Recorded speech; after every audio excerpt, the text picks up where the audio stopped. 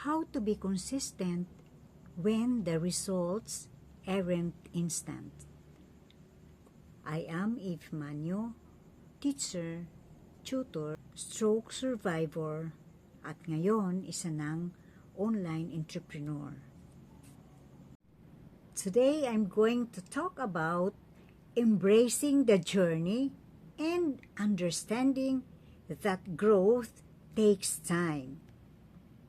At saka siguradong familiar tayo sa kasabihang life is full of ups and downs, and it is very essential to remember that every step we take, even the smaller ones, bring us closer to our goals, right?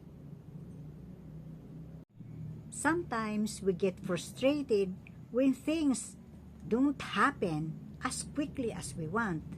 But we have to remember, a tree takes years before it will grow strong and tall.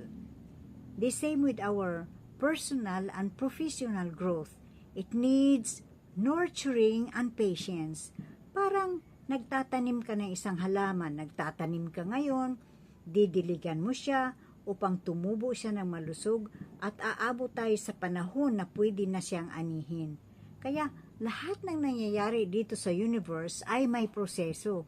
Wala namang instant coffee, meron instant noodles, instant coffee, pero sa realidad ng buhay natin, lahat ay dumadaan sa proseso. Kaya we have to embrace the journey and understand that growth takes time. Okay?